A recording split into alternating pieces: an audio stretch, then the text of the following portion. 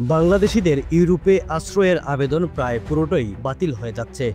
ইউরোপীয় ইউনিয়নের তথ্য অনুযায়ী ২০২৪ সালে ৪৩,০০০-এরও বেশি বাংলাদেশি আশ্রয়ের জন্য আবেদন করেছিলেন। এর মধ্যে প্রায় ৯৬% বাতিল হয়েছে। সবচেয়ে বেশি আবেদন জমা পড়েছে ইতালিতে ৩৩,০০০-এরও বেশি, এরপর ফ্রান্সে ৬,০০০-এর বেশি আর আয়ারল্যান্ডে ১,০০০-এর মতো। বাংলাদেশিদের মধ্যে আশ্রয় মঞ্জুর হয়েছে মাত্র ৩.৯%, যা ইউরোপের গড় অনুমোদনের হারের চেয়ে অনেক কম। বেশিরভাগ আবেদনকারী যুবক আর মধ্যবয়স্ক পুরুষ। তারা বলছেন রাজনৈতিক অস্থিরতা, কাজের অভাব আর দারিদ্র্যের কারণে তারা আশ্রয়ের আবেদন করেছিলেন। কিন্তু এই উচ্চ বাতিল হার বাংলাদেশি প্রবাসীদের জন্য বড় হতাশার খবর।